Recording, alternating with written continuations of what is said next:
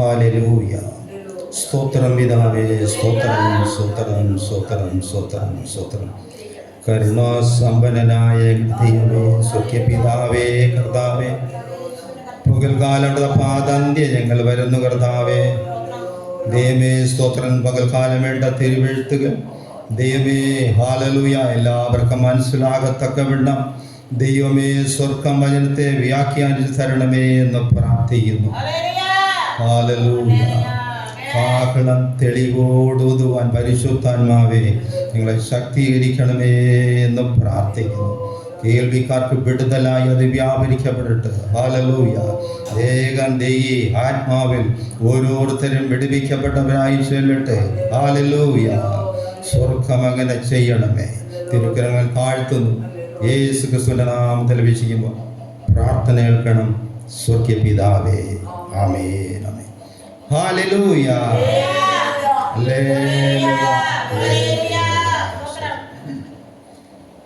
വായിക്കപ്പെട്ട വേദഭാഗം സൂത്രം. പകൽക്കാലം ചിന്തയ്ക്കായി എടുത്ത വേദഭാഗം മലയാളത്തിൽ ഞാനത് വായിക്കുന്നു. സൂത്രം. ലൂക്കോസിന്റെ സുവിശേഷം 18-ാം അധ്യായം 1 മുതൽ 5 വരെ. മടുത്തു പോകാതെ എപ്പോഴും പ്രാർത്ഥിക്കണം എന്നുള്ളതിന് അവൻ അവരോട് ഒരു ഉപമ പറഞ്ഞത് ദൈവത്തെ ഭയവും മനുഷ്യനെ ശങ്കയുമില്ലാത്ത ഒരു ന്യായാധിപൻ ഒരു പട്ടണത്തിൽ ഉണ്ടായിരുന്നു. ആ പട്ടണത്തിൽ ഒരു വിധവയും ഉണ്ടായിരുന്നു.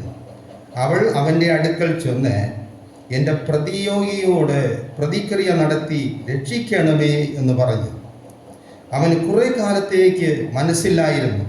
പിന്നെ അവൻ, എനിക്ക് ദൈവത്തെ ഭയവും മനുഷ്യനെ ശങ്കയുമില്ല, എങ്കിലും വിധവ എന്നെ അസഹ്യമാക്കുന്നത് കൊണ്ട് ഞാൻ അവളെ പ്രതിക്രിയ നടത്തി രക്ഷിക്കും എന്ന് പറഞ്ഞു. സ്തോത്രം.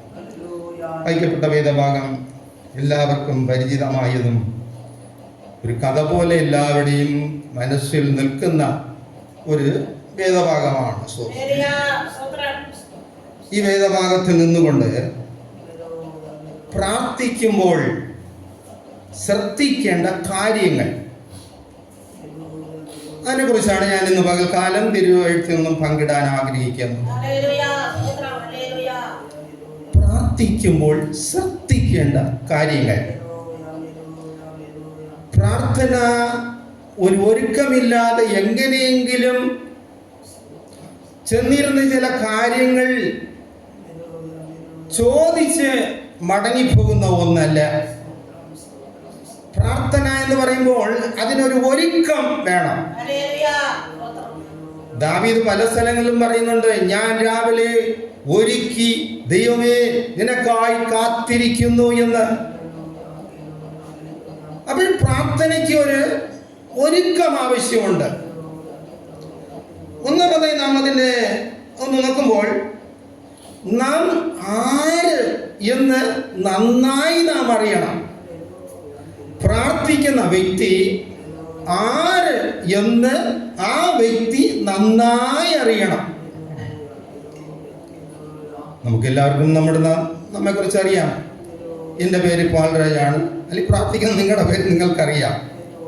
ഇന്നാരുടെ മകനാണ്, ഇന്നടുത്ത് താമസിക്കുന്നു. അതല്ല ഇവിടെ പറഞ്ഞ സംഭവം. എൻ്റെ സ്വഭാവ ഗുണങ്ങൾ, എൻ്റെ പിതാക്കന്മാരുടെ സ്വഭാവ ഗുണങ്ങൾ എനിക്കറിയാം. ചിലപ്പോൾ ചിലരുടെ പിതാക്കന്മാർ മദ്യപാനികളായിരിക്കും, ചിലരുടെ പിതാക്കന്മാർ കോപികളും ദുഷ്ടന്മാരുമായിരിക്കും, ചിലരുടെ പിതാക്കന്മാർ മറ്റ് കള്ള രീതിയിലുള്ള ആളുകളായിരിക്കും. അതുമല്ല ഇവിടെ പറയുന്നത്, ഞാൻ ആരെന്നറിയണം. എൻ്റെ പിതാക്കന്മാരോ എൻ്റെ ഭവനക്കാരോ എൻ്റെ മക്കളോ മറ്റൊരു കാര്യമല്ല, ഞാൻ എങ്ങനെയുള്ളവനെന്നറിയണം. എൻ്റെ ജീവിതം, എൻ്റെ സ്വഭാവം ദൈവം പ്രസാദിക്കുന്നതാണോ, ദൈവത്തിന് ഇഷ്ടമുള്ളതാണോ എന്ന് ഞാൻ അറിഞ്ഞ് ദൈവസന്നിധാനത്തിൽ പ്രാർത്ഥിക്കണമെന്നുള്ളതാണ്. അപ്പോൾ ദൈവസന്നിധാനത്തിൽ പ്രാർത്ഥന ചെല്ലുമ്പോൾ ദൈവത്തിന് ഇഷ്ടമില്ലാത്ത വിവിധമായ സ്വഭാവ ഗുണങ്ങൾ ഉണ്ടെങ്കിൽ ഞാനത് പ്രാർത്ഥിക്കുന്ന ആളത് ദൈവത്തോട് ഏറ്റു പറഞ്ഞ് ആദ്യം ഉപേക്ഷിക്കണം.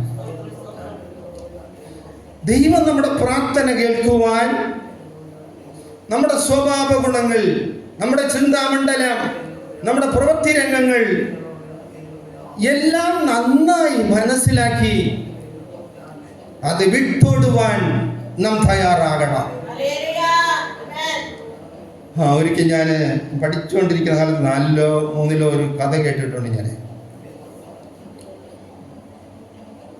ഒരു ആട്ടിൻ കൂട്ടം ഒഴുകിപ്പോകുന്ന വെള്ളത്തിൽ, മലയോരങ്ങളിൽ നീർത്തോടുകളുണ്ട്, അത് ഒഴുകി അല്പം പള്ളമുണ്ടെങ്കിൽ അതുവഴി അങ്ങ് ഒഴുകിക്കൊണ്ട് വയ്ക്കൊണ്ടിരിക്കുക.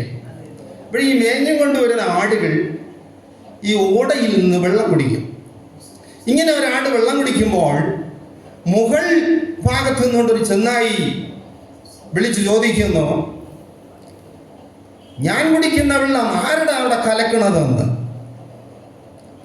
അപ്പോഴാട്ടിന് മനസ്സിലായി, മുകളിൽ നിന്ന് വിളിക്കുന്നത് എന്നെ ബഹളമുണ്ടാക്കുന്നതാണത്. താഴെ ചെന്നായി നിന്നിരുന്നെങ്കിൽ ശരിയാണത്. ചെന്നായി ഈ ശബ്ദം ഉറച്ച് പുറപ്പെടുവിച്ചും കൊണ്ട് ആട്ടിൻ്റെ അടുക്കിലേക്ക് വരുന്നത് കണ്ടു. ആടെന്ത് ചെയ്തോ, പതുക്കെ പതുക്കെ ഈ ചെന്നായി വിട്ട് അകന്നു പോയിക്കൊണ്ടിരുന്നു. ചെന്നായി വേഗത്തിൽ വരുന്തോറും ആട് വേഗത്തിൽ ഓടി മറിയുകയും ചെയ്തു. മനസ്സിലാക്കണം, ഒരു ദൈവവൈതൽ ഒരു ആട്ടിൻ കൂട്ടമാണ്, ആടാണ്. ആട്ടിനൊരിക്കലും ചെന്നായോട് എതിർത്ത് നിൽപ്പാൻ കഴിയുകയില്ല. ചെന്നായി കടിച്ചു കീറുന്നതാണ്, ആട്ടിനെ കടിച്ചത് തിന്നുന്നതാണ്. അത് മനസ്സിലാക്കിയ ഒരു ദൈവവൈതൽ എന്ത് ചെയ്യണമെന്ന് അതെ മനസ്സിലാക്കേണ്ടത്, ഒരു ദൈവവൈതൽ ചെന്നായിയാണ്, ഞാനിതിനോട് എതിർത്ത് നിന്ന എൻ്റെ ആന്തരിക മനുഷ്യനെ, അന്തരംഗാത്മാവിനെ ഈ ചെന്നായി തിന്നുകളയും എന്ന് മനസ്സിലാക്കി ഒരു ദൈവത്തിൽ ഓടി മറയുന്ന വ്യക്തിയായിരിക്കണം. ഹല്ലേലൂയ. അവിടെ ഞാൻ ആര് എന്ന് നന്നായി അറിഞ്ഞു വേണം പ്രാർത്ഥിപ്പാൻ ദൈവസന്നിധാനത്തിൽ ഇരിക്കേണ്ടത്. അല്ല എങ്കിൽ എൻ്റെ സ്വഭാവ ദൂഷ്യങ്ങളെ, ഏറ്റു പറഞ്ഞ് കർത്താവേ എന്നോട് ക്ഷമിക്കണമേ എന്ന് പറഞ്ഞ് സ്വഭാവ ദൂഷ്യങ്ങളെ ഉപേക്ഷിച്ച് കർത്താവിൻ്റെ അടുക്കൽ പോകണം. കൃപ കിട്ടും, ശക്തി കിട്ടും, ബലം കിട്ടും. സ്തോത്രം. ഇവിടെ നമ്മെ നാം അറിയണം. 10 കന്യകമാര് കാത്തിരുന്നു. അർദ്ധരാത്രിയിൽ മണവാളൻ വരുന്ന ആർപ്പ് വിളി കേട്ടു. എല്ലാവരും എഴുന്നേറ്റു, വിളക്ക് തെളിയിച്ചു. 5 പേരുടെ വിളക്ക് കത്തിയില്ല. അപ്പോഴാണ് അവർക്ക് മനസ്സിലായത് ഞങ്ങളുടെ വിളക്ക് കത്തുന്നില്ല എന്ന്. എന്നെ കേൾക്കുന്ന പ്രിയപ്പെട്ടവരെ, നാം ആരെന്ന് അറിയേണ്ടത് ഇന്നാണ്. കാഹളം മിന്നൽ അതേ മുഴിഞ്ഞ ശേഷം നാം ആരെന്നറിഞ്ഞിട്ട് കാര്യമൊന്നുമില്ല, പിന്നെ ഒന്നും നടക്കാൻ പോകുന്നില്ല. അതുകൊണ്ട് നാം ആരെന്ന് മനസ്സിലാക്കേണ്ടത് ഇന്നാണ്. ഇന്ന് നാം ആരെന്ന് നാം ഉണർന്നാൽ നമ്മുടെ വിഷയം കർത്താവിനോട് പറയാം. കർത്താവിനോട് പറഞ്ഞ നിശ്ചയമായി നമ്മുടെ വിഷയത്തിന് പരിഹാരം ഉണ്ടാവും. ഇനി ഒരു ദൈവവേദൽ ദൈവസന്നിധാനം ഇരിപ്പാൻ തയ്യാറാകണം. യേശു സ്തോത്രം ഗദസമന തോട്ടത്തിൽ പ്രാർത്ഥിപ്പാൻ പോയി. പോകുമ്പോൾ ശിഷ്യന്മാരും കൂടെ പോയി. ഗദസമന തോട്ടത്തിൽ പോകുമ്പോൾ ശിഷ്യന്മാരെ എല്ലാം അടുത്ത് ഇരുത്തി, ഇവിടെ ഇരിപ്പിൻ, ഞാൻ അല്പം അങ്ങോട്ട് പോയി പ്രാർത്ഥിച്ചിട്ട് വരട്ടെ. പത്രോസിനെയും യാക്കോബിനെയും യോഹന്നാനെയും കൂടെ കൊണ്ടുപോയി. അവരെ കുറച്ചുകൂടെ അകലത്തെ ഇരുത്തി യേശു ദുഃഖിപ്പാനും വ്യാകുലപ്പെടുവാനും തുടങ്ങി. കാരണം എന്നെ യഹൂദന്മാർ പിടിക്കും, എന്നെ അവർ അടിക്കും, എന്നെ അവർ ക്രൂശിക്കും. ഇങ്ങനെ ദുഃഖവാർത്ത ഇവരോട് പറഞ്ഞിട്ട് പറഞ്ഞു, നിങ്ങൾ ഇവിടെ ഇരിപ്പിൻ, ഞാൻ കുറച്ച് അപ്പുറം പോയി പ്രാർത്ഥിച്ചിട്ട് വരുന്നെന്ന് പറഞ്ഞിട്ട് ഒരു കല്ലേറ് ദൂരം ചെന്ന് അവിടെ നെടുമ്പാട വീണ് കർത്താവേ, സ്വർഗത്തിലെ ദൈവമേ, കഴിയുമെങ്കിൽ ഈ പാനപാത്രം ഒന്ന് നീക്കി തരണം എന്ന് പറഞ്ഞ് പ്രാർത്ഥിച്ചു. കടന്ന് ശിഷ്യന്മാരുടെ അടുക്കൽ വന്നു. അപ്പോഴീ ശിഷ്യന്മാർ ഉറങ്ങുകയാണ്. യേശു എന്ത് ചെയ്തെന്ന് കഴിഞ്ഞാൽ ഇവർ ഉണർത്തി, എന്നോടുകൂടെ ഒരു നാഴിക നിങ്ങൾക്ക് ഉണർന്നിരുന്ന് പ്രാർത്ഥിപ്പാൻ കഴിയുകയില്ലയോ എന്ന് പറഞ്ഞിട്ട് പറഞ്ഞു, പരീക്ഷയിൽ അകപ്പെടാതിരിക്കാൻ ഉണർന്നിരുന്ന് പ്രാർത്ഥിപ്പിക്കുക. ഒരു ദൈവവൈതലിന്റെ ജീവിതം 1 മണിക്കൂറെങ്കിലും ദൈവവുമായി ഒരുമിച്ചിരിക്കാൻ സമയം കണ്ടെത്തിക്കൊള്ളണം. എപ്പോഴായാലും ശരി. നമ്മുടെ പ്രാർത്ഥനയാണ് നമ്മെ ഒരു ദൈവഭക്തനാക്കി മാറ്റുന്നത്. ഇങ്ങനെ രണ്ടാമതും പോയി വീണ്ടും വന്ന് അപ്പോഴും ഇവർ ഉറങ്ങുകയാണ്. അവരോട് പറഞ്ഞു, ഉണർന്നാലും പ്രാർത്ഥിപ്പീൻ. വീണ്ടും പോയി വീണ്ടും വന്നപ്പോഴും അവർ ഉറങ്ങുകയാണ്. അവർ മനസ്സിലാക്കണം, പ്രാർത്ഥന ജീവിതം ഇല്ലാത്തൊരു വ്യക്തിക്ക് ഇരുട്ടിന്റെ കൂരിട്ട് വരുന്ന കാലത്തും പ്രാർത്ഥിപ്പാൻ കഴിയുകയില്ല. എന്നും ദൈവസന്നിധാനത്തിൽ സമയം കണ്ടെത്തിയിരിക്കുന്ന ഒരു വ്യക്തി ദൈവ ഭക്തനായി മാറുവാൻ ഇടയായി തീരും. പ്രാർത്ഥിക്കുമ്പോൾ ശ്രദ്ധിക്കേണ്ട അതേ കാര്യമാണിത്. സ്തോത്രം.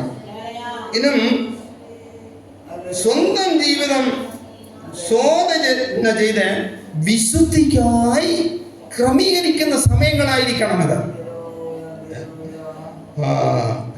സ്വന്തം ജീവിതത്തെ ശോധന ചെയ്യാതെ ഇരുന്ന് പ്രാർത്ഥിക്കുന്നവരുണ്ട്. അവര് പ്രാർത്ഥിച്ച് ചിലപ്പോൾ ഇവര് മടുത്തു പോകേണ്ട രംഗം വരും. ഒരു സഭ, ഞാൻ സഭയുടെ പേര് പറയുന്നില്ല, ഒരു സഭയിൽ 4 സഹോദരന്മാർ ഉണ്ടായിരുന്നു. ഒരാൾ പരിശുദ്ധാത്മാവ് പ്രാപിച്ച ആള്, 3 പേരും പരിശുദ്ധാത്മാവ് പ്രാപിച്ചില്ല. സഭയിൽ 4 ദിവസത്തെ ഒരു ഉപവാസ പ്രാർത്ഥന വന്നു. ഇവർ 4 പേരും വന്ന് ഉപവാസമായിരുന്നു.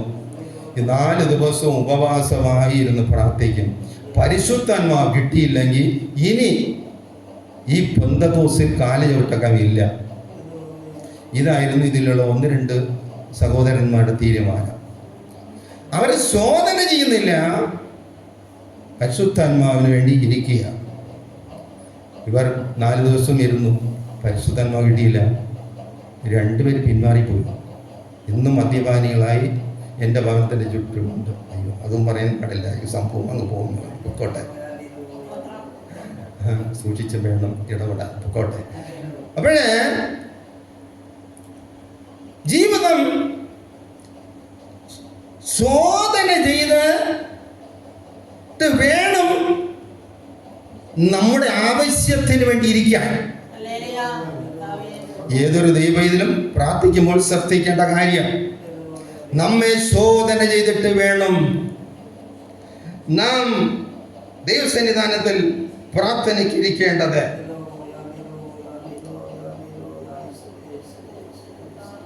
എന്ത് ചെയ്യണം?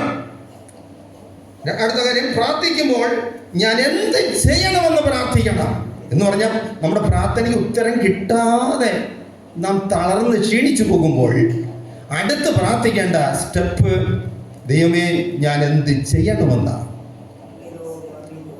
പ്രാർത്ഥിക്കുന്നവർ മനസ്സിലാക്കിക്കൊള്ളണം, നിങ്ങൾ ദിവസവും 1 മണിക്കൂർ പ്രാർത്ഥിക്കുന്നവരായിരിക്കും, അല്ലെങ്കിൽ 1/2 മണിക്കൂർ പ്രാർത്ഥിക്കുന്നവരായിരിക്കും. ഇരുന്നോട്ടെ. നിങ്ങൾ ചില ദിവസം ഒരു വിഷയത്തിന് വേണ്ടി പ്രാർത്ഥിച്ചാൽ ഉത്തരം ലഭിച്ചില്ലെങ്കിൽ അടുത്ത് നിങ്ങൾ അതിൽ ബുദ്ധിമുട്ടി തളരരുത്. ദൈവമേ ഞാൻ എന്ത് ചെയ്യണമെന്ന് ആണ് അടുത്ത സ്റ്റെപ്പ് തുടങ്ങേണ്ടത്. നാം എന്ത് ചെയ്യണമെന്ന് ചോദിക്കുമ്പോൾ തന്നെ നമ്മുടെ അന്തരംഗാത്മാവ് ചില വിഷയങ്ങൾ നമ്മോട് പറയും. ഇങ്ങനെ ജീവിച്ചാൽ എങ്ങനെ ദൈവം പ്രാർത്ഥന കേൾക്കുമെന്ന്. ആ ഭാഗമെല്ലാം നമ്മൾ ക്രമീകരിക്കപ്പെടണം. നമുക്ക് ഒരു 8ാം സ്റ്റാൻഡേർഡ് പഠിച്ച ഒരു പയ്യൻ, അതും തോറ്റു. അവനിരുന്നുകൊണ്ട് പ്രാർത്ഥിക്കുന്നു എന്ന് വെച്ചുകൊള്ളുക, എനിക്ക് ബാങ്കിൽ കേഷ്യറായി ഒരു ജോലി കിട്ടണമെന്ന്. നിങ്ങളൊന്ന് ചിന്തിച്ചു നോക്കുക. ബാങ്കിൽ കേഷ്യറായി ജോലി ചെയ്യണമെങ്കിൽ ഒരു ഡിഗ്രി എടുത്തിട്ട് ബാങ്ക് ടെസ്റ്റ് എഴുതി പാസ്സായി പിന്നെ അവർക്ക് ഇന്റർവ്യൂ വെച്ച് ജോലി കിട്ടുകയുള്ളൂ. ഈ 8ാം ക്ലാസ് തോറ്റവൻ ബാങ്കിൽ കേഷ്യറായി ജോലിതാ, ബാങ്കിൽ കേഷ്യറായി ജോലിതാ, ബാങ്കിൽ കേഷ്യറായി ജോലിതാ എന്ന് പറഞ്ഞ സ്വർഗത്തിലെ ദൈവം മൗനമായിരിക്കാതെ വേറെ എന്തോ ചെയ്യാൻ പറ്റും? അപ്പോഴവിടെ ചോദിക്കേണ്ടത്, ദൈവമേ ഞാൻ എന്ത് ചെയ്യണം എന്നുള്ളതാ. എന്ത് ചെയ്യണമെന്ന് ചോദിച്ചാൽ ഉത്തരം നിശ്ചയമായി ഉണ്ടാവും.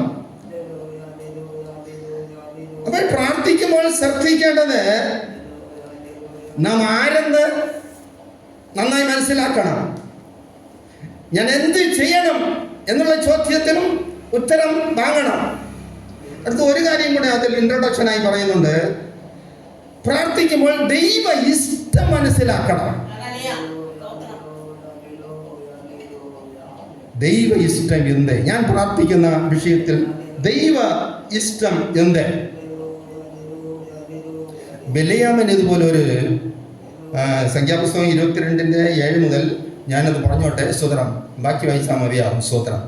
ബിലയാമിന്റെ അടുക്കൽ മോവാബിയ മൂപ്പന്മാരും മിദ്യാന്യ മൂപ്പന്മാരും കൂടെ ഒരുമിച്ച് വന്ന്, ബാലാക്കാണ് മോവാബിലെ രാജാവ്, ബാലാക്കിനോട് പറഞ്ഞു, ഞങ്ങളുടെ ചുറ്റും ഇസ്രായേലിൽ നിന്നൊരു വലിയ ജനസംഖ്യ വന്ന് പാളയം അടിച്ചിരിക്കുന്നു. ബിലയാമേ, നീ വന്ന് അവരെ ഒന്ന് ശപിച്ചാൽ എനിക്കതിൽ ജയം കിട്ടുമെന്ന് പറഞ്ഞു.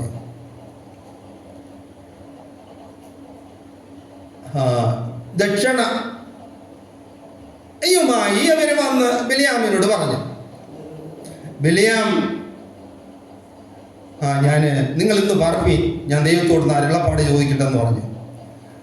നല്ല മനുഷ്യനാണല്ലേ. നമ്മുടെ കൂടെ ചില കാര്യങ്ങൾ ആരെങ്കിലും ചോദിക്കുമ്പോൾ ഞാൻ ആലോചിച്ച് പറയാമെന്ന് പറഞ്ഞിട്ട് നമ്മുടെ വരില്ല, ഉടനെ ഉത്തരം പറയും. വീട്ടിൽ വന്നിരുന്ന് കരയുകയും ചെയ്യും, അയ്യോ ഞാൻ ഇങ്ങനെ പറഞ്ഞു പോയല്ലോ ദൈവമേ എന്ന്. നമുക്കെല്ലാം പറ്റുന്ന അബദ്ധമാണ്. വിലയാം അതിൽ മിടുക്കനാ. ഞാൻ ചോദിച്ച് പറയാം. ബിലെയാമിനൊരു യജമാനനുണ്ടായിരുന്നല്ലേ? ഈ വീട്ടിൽ യജമാനനോ വീട്ടിലെ അപ്പനമ്മയോ വീട്ടിൽ ആലോചിപ്പാൻ കുടുംബം ആരുമില്ലാത്തവരാണ് ചാടി ഉത്തരം പറയുന്നത്. നമുക്കിങ്ങനെ ഉത്തരമൊക്കെ പറയാൻ വന്നിട്ടുണ്ടെങ്കിൽ ദൈവത്തോട് പ്രാർത്ഥിച്ച് ക്ഷമ ചോദിച്ചു കൊള്ളണം. കർത്താവേ, എനിക്കിങ്ങനെ പറ്റിപ്പോയി, എന്നോട് ക്ഷമിക്കണം എന്ന് പറഞ്ഞു കൊള്ളണം. ഇങ്ങനെ പറയാൻ പാടില്ല.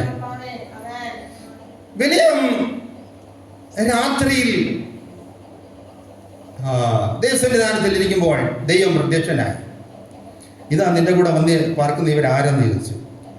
അത് ഇങ്ങനെ സ്വത്രം ബാലാക്ക് പറഞ്ഞു വിട്ടിരിക്കുക, ഞാൻ പോയി ഒന്ന് ശപിച്ചാൽ അവന് ജയം കിട്ടും എന്ന്. ദൈവം പറഞ്ഞു, നീ പോവരുതേ. 22-ാമത്തെ 12-ാം വാക്യം.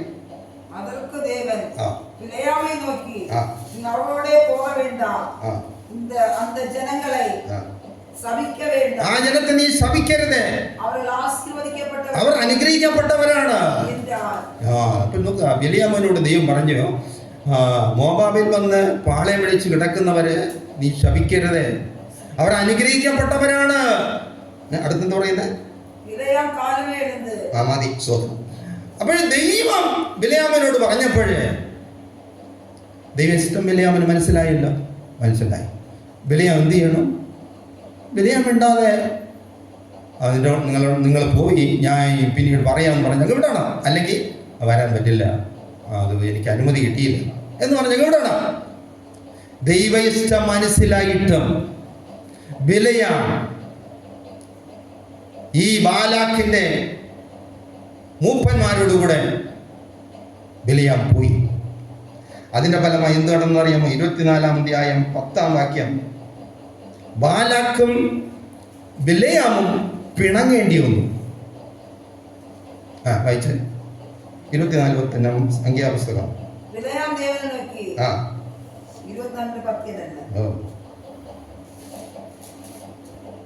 ഇല്ലയോ?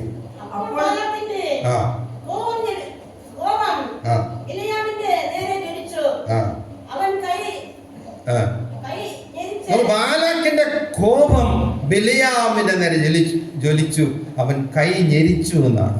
എന്ന് വെച്ചാൽ ബിലെയാമിനെ അടിക്കാൻ വേണ്ടി അവൻ കൈമുറുക്കി എന്നാണ്. മതി.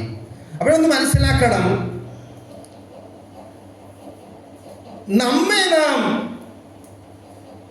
ശോധന ചെയ്ത് ദൈവത്തിന് ഇഷ്ടമില്ലാത്ത യാത്രകൾ തുടർന്നാൽ ഇതുപോലെ കോപിക്കാനും തള്ളുമുള്ളെല്ലാം വഴിതിരിക്കും. ഒരു ദൈവ പൈതൽ എപ്പോഴും ദൈവഗീതം മനസ്സിലാക്കി വേണം യാത്ര ചെയ്യാൻ. അതുകൊണ്ടും തീർന്നില്ല. 24-ാം അധ്യായം 25-ാം വാക്യം, സംഖ്യാപുസ്തകം 24-25. ബിലെയാം പുറപ്പെട്ട് തൻ്റെ വഴിക്ക് പോയി.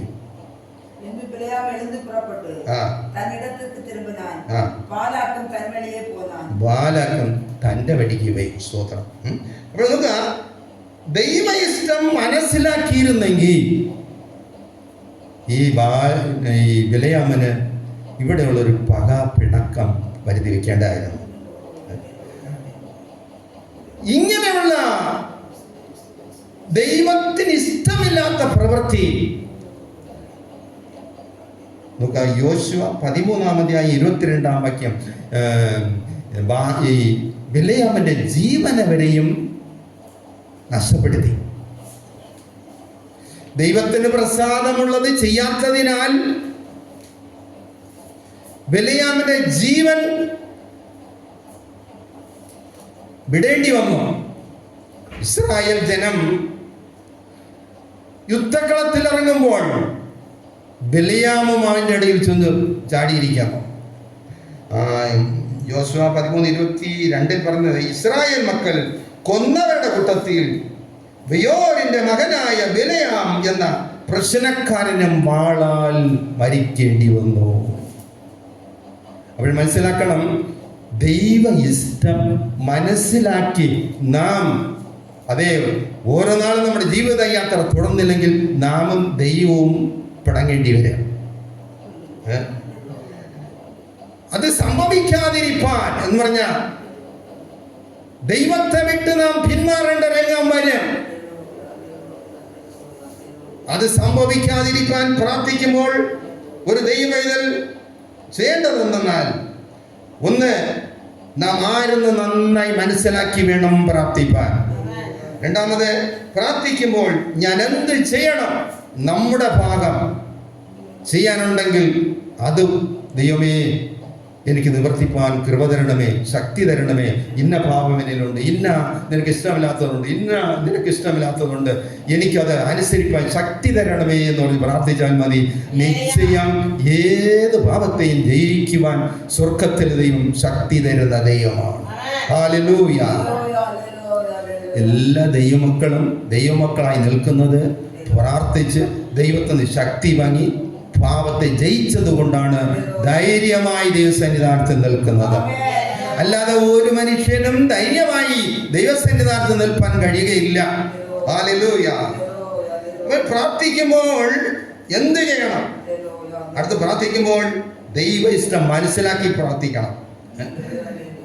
ഇനും നാം വായിച്ച വേദഭാഗത്തിലേക്ക് ഒന്ന് വരാം. വേദഭാഗത്തിൽ എന്താണ് പറയുന്നത് നോക്കാം. സ്തോത്രം. ഇത് വേദപുസ്തകത്തിൽ മൊത്തത്തിലുള്ള പ്രാർത്ഥിക്കുമ്പോൾ നാം ശ്രദ്ധിക്കേണ്ട കാര്യമാണ്. ഈ സുവിശേഷം എഴുതുമ്പോൾ ദൈവത്തിന്റെ പ്ലാൻ എന്ത്? 1-ാം വാക്യം 18-ാം അധ്യായം ലൂക്കോസ് 18 1-ാം വാക്യം. മടുത്തു പോകാതെ എപ്പോഴും പ്രാർത്ഥിക്കണം. അപ്പോൾ നമ്മുടെ പ്രാർത്ഥന ദൈവം ആഗ്രഹിക്കുന്നതാണ്. മടുത്തു പോകാതെ നിങ്ങൾ എപ്പോഴും പ്രാർത്ഥിക്കണോ, സമയം കിട്ടുമ്പോഴൊക്കെയും പ്രാർത്ഥിക്കണോ. പക്ഷെ നമ്മുടെ പ്രാർത്ഥന ചിലപ്പോൾ മടുത്തു പോകാറുണ്ട്. എന്തുകൊണ്ട് മടുത്തു പോകുന്നറിയാമോ? നമ്മുടെ പ്രാർത്ഥനയ്ക്ക് ഉത്തരം വരാത്തത് കൊണ്ടാണ് നാം മടുത്തു പോകുന്നത്. ഇതോത് അനുഭവമുള്ളവർ നന്നായി ചിന്തിച്ചു കൊള്ളണം, വൃത്തിയിൽ പതിച്ചു കൊള്ളണം. അനുഗ്രഹിക്കപ്പെട്ട ഒരു ദൈവശബ്ദമാണത്.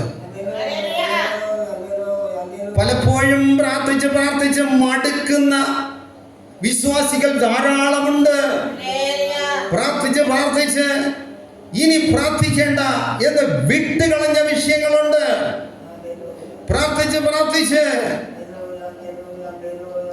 സഭയിലിരിക്കുന്നുവെങ്കിലും ഒരു അവിശ്വാസിയെ പോലെ സഭയിലിരിക്കുന്ന ധാരാളം ദൈവജനമുണ്ട്. അത് സംഭവിക്കാതിരിക്കാൻ, മടുത്തു പോകാതെ പ്രാർത്ഥിക്കാതിരിക്കാൻ, പ്രാർത്ഥനയിൽ മടുത്തു പോകാതിരിക്കാൻ.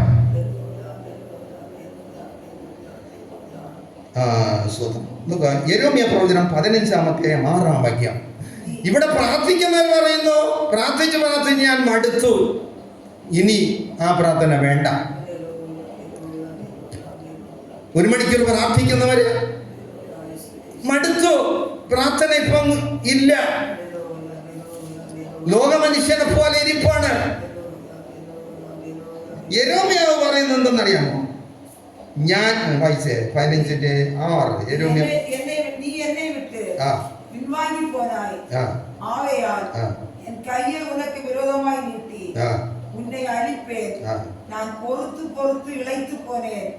ദൈവം പറയുന്നു ഞാൻ പൊറുത്ത് ഇളയ്ത്തു പോനേനെന്ന്. മലയാളത്തിൽ പറയുന്നത് അറിയാമോ? നീ എന്നെ അപേക്ഷിച്ച് പിന്മാറിപ്പോയിരിക്കുന്നു. ദൈവം പറയുന്നു നശിപ്പിക്കും. ഞാൻ കരുണ കാണിച്ച് മടുത്തിരിക്കുന്നു. മതി. അവിടെയുള്ള 2 പോയിന്റ് ശ്രദ്ധിച്ചു വേണം. പ്രാർത്ഥിച്ച് ഞാൻ മടുത്തു എന്ന് വിശ്വാസി പറയുന്നു. ദൈവം പറയുന്നു ഞാൻ കരുണ കാണിച്ച് ഞാൻ മടുത്തിരിക്കുന്നു എന്ന് പറയുന്നു.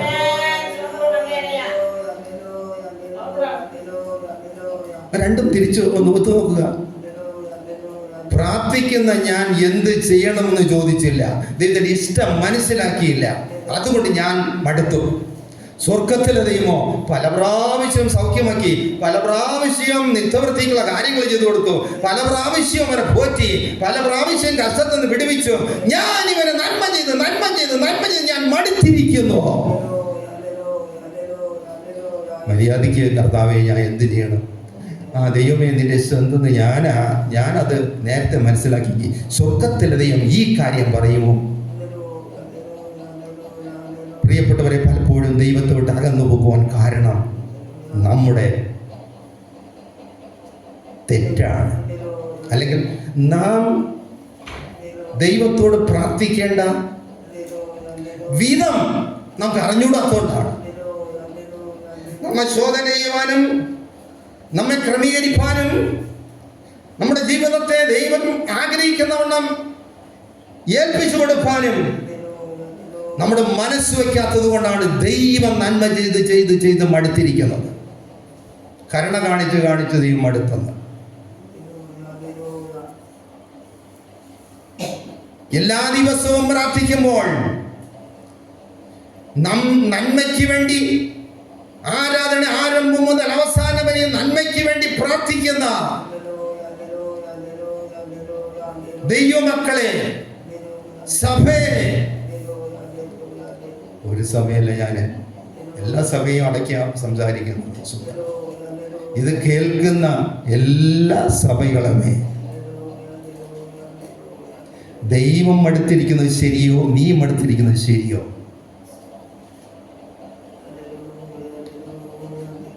തന്നെ ശോധന ചെയ്യാതെ, തന്നെ ഒരുക്കാതെ, തന്നെ ദൈവസന്നിധാനത്തിൽ പരമേൽപ്പിക്കാതെ, ദൈവഗതം മനസ്സിലാക്കാതെ പ്രാർത്ഥിച്ച് തളർന്നാൽ, ക്ഷീണിച്ചാൽ ദൈവം പറയും ഞാൻ നശിപ്പിച്ച് കളയുമെന്ന്. നശിപ്പിക്കുമെന്ന് പറഞ്ഞാൽ ആത്മാവിൻ്റെ അനുഭവമാണത്. ദൈവവുമായി ബന്ധമില്ലാതെ ദൈവം മുഖം മറച്ചു കളയും. ദാവീദ് പറയുന്നത് ഞാൻ നശിച്ചു പോകാതിരിപ്പാൻ തിരുമുഖം പ്രകാശിപ്പിക്കണമേ എന്ന്.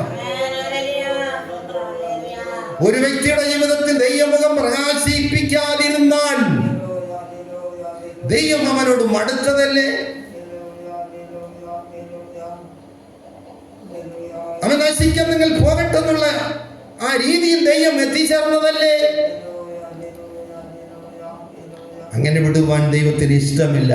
തിരുവെഴുത്ത് പറയുന്നു, അതെ, നാം ശോധന ചെയ്ത് ദൈവ ഇഷ്ടം മനസ്സിലാക്കി ദൈവസന്നിധാനത്തിൽ പോകുവാൻ ദൈവം ആഗ്രഹിക്കുന്നു.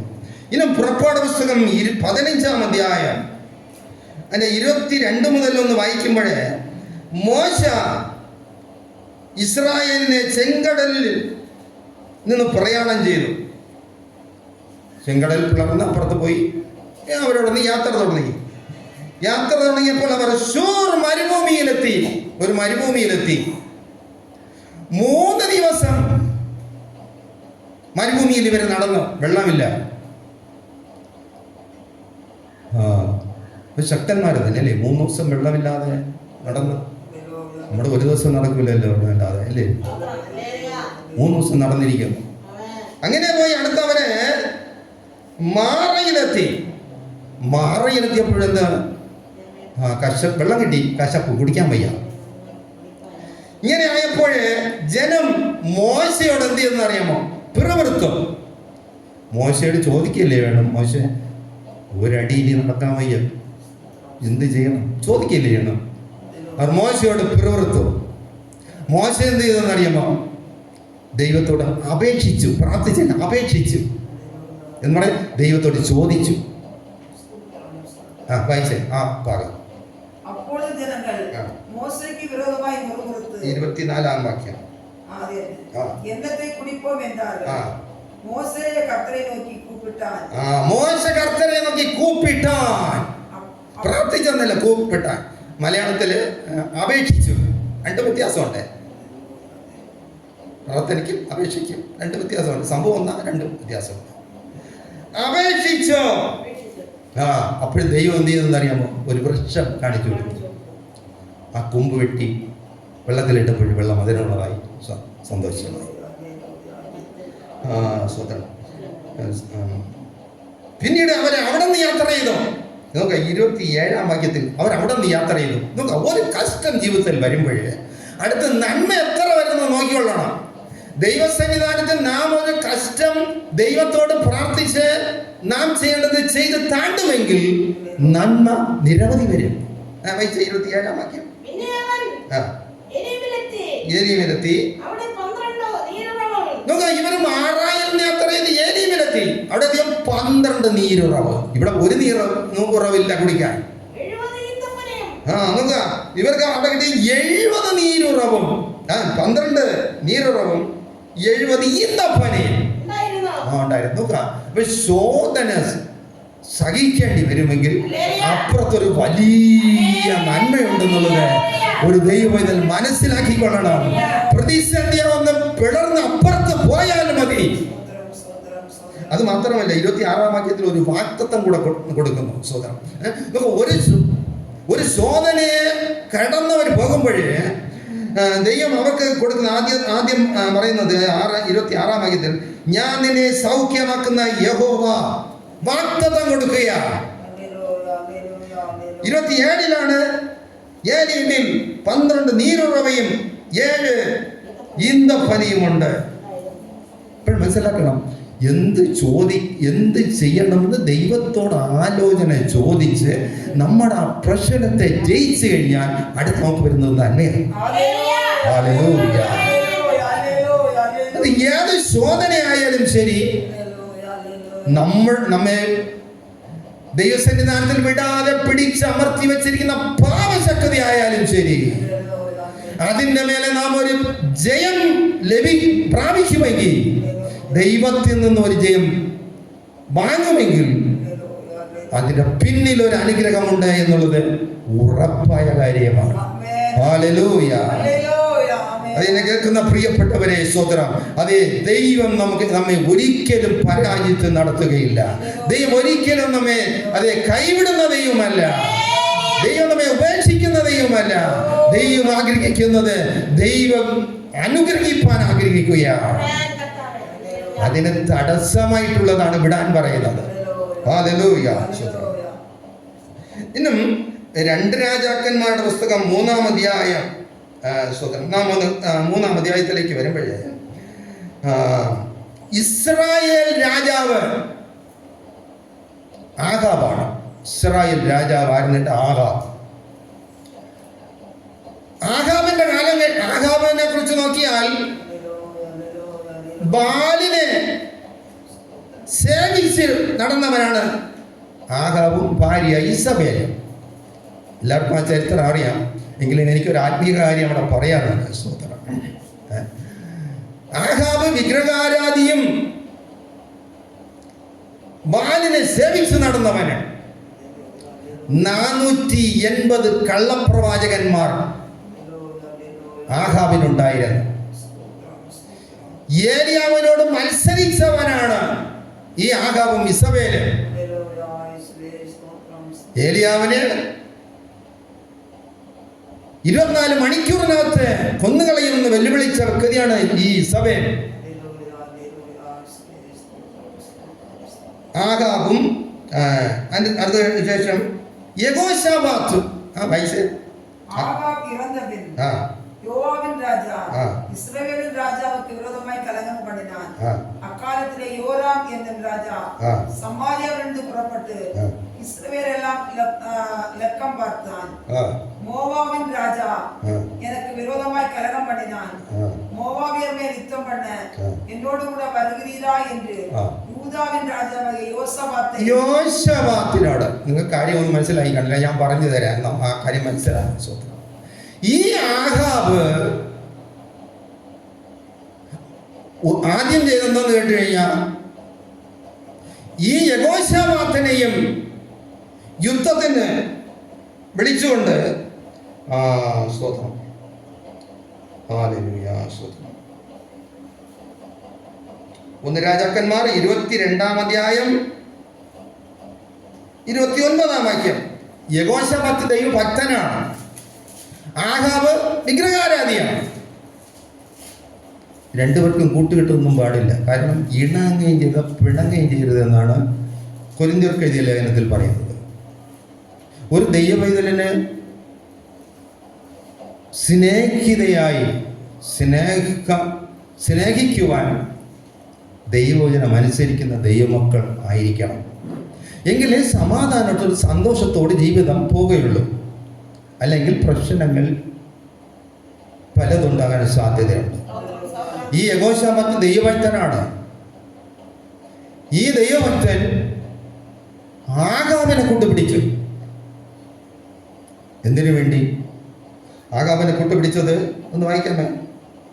ഗിലെയാദിലെ രാമോത്തിൽ യുദ്ധത്തിന് പോകാനാണ് കൂട്ടുപിടിച്ചത്. മനസ്സിലാക്കണം,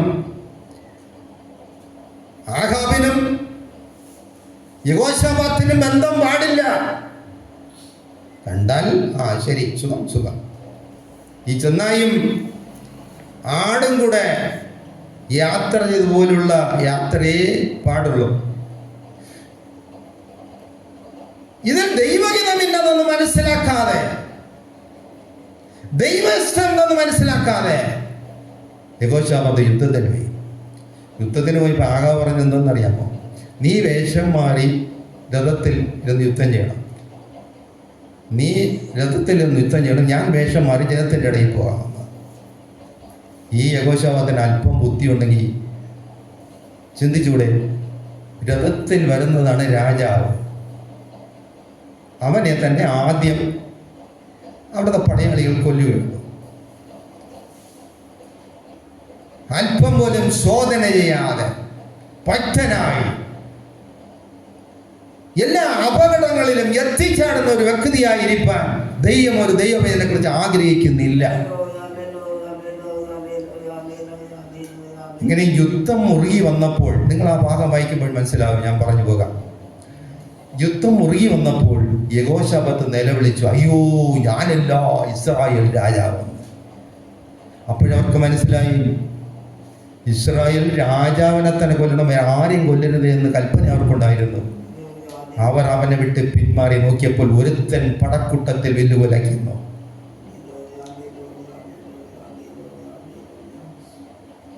അവരെന്ത് ചെയ്യുന്നു കേട്ട് കഴിഞ്ഞാൽ ആഹാബിനെ എയ്തു. അതാണ് 1 രാജാക്കന്മാർ 22-ാം അധ്യായം 29 മുതൽ 34 വരെ വായിക്കുമ്പോൾ ഈ വേദഭാഗം അവിടെ കാണും. ആഹാബ് എന്ത് ചെയ്തു? കൊലപ്പെട്ടു. ആ ഭാഗം വായിച്ചേ. இவன் தான் இஸ்ரவேலின் ராஜா என்று சொல்லி யுத்தம் பண்ண அவனுக்கு நேராக சாய்ந்து வந்தார்கள். அப்பொழுது யோசபாத் கூக்குரலிட்டான், இவன் இஸ்ரவேலின் ராஜா அல்ல என்று. ரதங்களின் தலைவர் கண்டு அவனை விட்டு விலகி போனார்கள். ஒருவன் நினையாமல் வில்லை நானே செய்தான். அது இஸ்ரவேலின் ராஜாவாகிய ராஜாவுடைய கவசத்தின் சந்துகளுக்குள் பட்டு. அப்பொழுது அவன் தன் சாரதியை பார்த்து, நீ திரும்பி என்னை ராணுவத்துக்கு அப்பால் கொண்டு പോ, எனக்கு காயம் பட்டது என்றான். മതി, തമിഴുകാരൊക്കെ മനസ്സിലാകാനാണ് അതിൻ്റെ ഇടയിൽ കൂടെ വായിക്കുന്നത്. മലയാളത്തിൽ പറഞ്ഞു വെച്ചാൽ ഞാൻ ഇന്നും നല്ല രീതിക്ക് ഞാൻ വ്യാഖ്യാനിക്കുവായിരുന്നു. സ്തോത്രം. രണ്ടും കൂടെ ആയപ്പോഴേക്ക് ബുദ്ധിമുട്ടുണ്ട്. ഇരുന്നോട്ടെ. സ്തോത്രം. അപ്പോഴേ അങ്ങനെ ആഹാബ് മരിച്ചു. യഹോശാഫാത്ത് രക്ഷപ്പെട്ട് വെടിപോയി. ദൈവം രക്ഷപ്പെടുത്തി വിട്ടതാണ്. ഇല്ലെങ്കിൽ യഹോശാഫാത്ത് ആണ് ചാകേണ്ടത്. ഒരു ദൈവത്തിൽ ബുദ്ധിമോശമായി ശോധന ചെയ്യാതെ, താനാരെന്ന് മനസ്സിലാക്കാതെ ജീവിതയാത്ര തുടർന്നാൽ ഈ യഹോശാഫാത്തിന്റെ ഗതിയാണ്. തന്നെത്താൻ ശോധന ചെയ്യാതെ, ദൈവഇഷ്ടം മനസ്സിലാക്കാതെ ജീവിതത്തെ മുന്നോട്ട് നയിക്കുന്നെങ്കിൽ യഹോശാഫാത്തിനെ പോലത്തെ ഒരു ജീവിതമാണത്. ശരി, ഇതങ്ങനെ തീർന്നു. രണ്ടാമത് ചെയ്യുന്നറിയാമോ? ആഹാബ് മരിച്ചപ്പം ആഹാബിന്റെ മകൻ രാജാവായി. യഹോരാം എന്നാണ് അവന്റെ പേര്. ആഹാബ് മരിച്ചപ്പോൾ ആഹാബിന് കപ്പം കൊടുത്തുകൊണ്ടിരുന്ന ഒരുത്തനവിടെ സ്വത്രം അമയിലേക്ക്. അപ്പോഴെന്താണെന്നറിയാമോ? ഈ യഹോരാം അവന്റെ അവിടെ യുദ്ധത്തിന് പോകണം. അവനും ആഹാബിന്റെ മകൻ യഹോരാം യഹോശാഫാത്തിനൊന്ന് വിളിക്കണം. ഇവൻ അല്പം തലയ്ക്ക് വെളിയുണ്ടെങ്കിൽ അന്ന് പോയി ഞാൻ ജീവൻ കൊണ്ട് രക്ഷപ്പെട്ടു, എനിക്ക് വരാൻ പറ്റില്ല, നീ പോ, ഞാൻ പിന്നീട് എന്തെങ്കിലും ചെയ്യാം. മാറണ്ടേ? ഇവ മാറിയില്ല. ഇവ എന്തെന്നറിയാമോ? ഈ യഹോശാഫാത്ത് വീണ്ടും ഇവന്റെ കൂടെ യുദ്ധത്തിന്, അമേലെക്കിന്റെ കൂടെ യുദ്ധത്തിന് പോയി. നമുക്ക് 2 രാജാക്കന്മാരുടെ പുസ്തകം 3-ാം അധ്യായം 2-3 വാക്യം. கர்த்தரின் பார்வைக்கு பொல்லாப்பானதை செய்தான், ஆனாலும் தன் தகப்பனை போலவும் தன் தாயை போலவும் அல்ல, தன் தகப்பன் பண்ணுவித்த பாவாரின் சிலையை அகற்றி விட்டான். என்றாலும் இஸ்ரவேலை பாவம் செய்ய பண்ணின യഹോരാമിനെ കുറിച്ച് പറയാണ്. ആഹാബിന്റെ മകൻ അപ്പൻ സേവിച്ച ബാലിനെ സേവിച്ചില്ല. പിന്നാലെ സേവിച്ചെന്നറിയാമോ? ഇസ്രവേലെ ശലോമോന്റെ ദാസനായ യൊരോബയാം 2 കാളക്കുട്ടി ഉണ്ടാക്കി വെച്ചിരുന്നു ബേഥേലിലും. നേബാത്തിൻ കുമാരനായ 2 സ്ഥലത്തെ 2 കാളക്കുട്ടി ഉണ്ടാക്കി വെച്ചിരുന്നു. ഈ കാളക്കുട്ടിയെ സേവിച്ചുകൊണ്ടിരുന്നു. അവനും ദൈവരാജ്യത്തിന് കൊള്ളാമെന്നുള്ളവനല്ല, യഹോശാഫാത്തിന് കൂട്ടുകെട്ടിന് പറ്റിയവനല്ല. സ്തോത്രം. യഹോശാഫാത്ത് വീണ്ടും അവന്റെ കൂടെ യുദ്ധത്തിന് പോയി. യുദ്ധത്തിന് പോയപ്പോഴേ 3 ദിവസം വെള്ളം കിട്ടാതെ മരിക്കത്തക്ക നിലയായി. മരിക്കേണ്ട രംഗം വന്നപ്പോഴേ യഹോരാം എന്ത് ചെയ്തെന്ന് കണ്ടു കഴിഞ്ഞാൽ യഹോശാഫാത്തിനെതിരായി സംസാരിക്കാൻ തുടങ്ങി. സ്വതന്ത്രം. യഹോവയായ ദൈവം നമ്മെ കൊല്ലാൻ ഇവിടെ കൊണ്ടുവന്നല്ലോ എന്ന് യഹോശാഫാത്ത് ഈ വ്യാധനയും സഹിച്ചു കൊണ്ട് ഇനി നമുക്ക് എന്ത് ചെയ്യാം, നമ്മുടെ ഒരു പ്രവാചകനെ നോക്കാമെന്ന് പറഞ്ഞു. കാര്യം ഇവരങ്ങ് വെള്ളം കിട്ടാതെ വീണ്ടും ചാകാണ്ട ദേവിയായി നേരമായി. അത് അന്വേഷിച്ച് നോക്കിയപ്പോൾ എന്ത് ചെയ്യുന്നു, ഏലീശായുടെ അടുക്ക വന്നവര് കണ്ടുപിടിച്ച് ഏലീശായെ കണ്ടുപിടിച്ചു. 2 രാജാക്കന്മാരുടെ പുസ്തകം 3-ാം അധ്യായം 13-ാം വാക്യം. എലീശയുടെ അടുക്ക പോയപ്പോൾ എലീശ എന്ത് ചെയ്യുന്നറിയാമോ? ആഹാബിന്റെ മോന്റെ അവിടെ ചോദിക്കുന്ന ചോദ്യം, ഈ ആഹാബിന്റെ മോനോട് നിനക്കും എനിക്കും എന്ത് എന്ന് പറഞ്ഞ ഏലിയാവ് ആഹാബിന്റെ 450 പ്രവാചകന്മാരെ കൊന്നു. ഏലിയാവിന്റെ ശത്രുവാണ് ആഹാബ് മോന്. നീ എന്റെ അടുത്ത് വന്നോ? നിനക്കും എനിക്ക് എന്ത് ബന്ധം? അടുത്ത്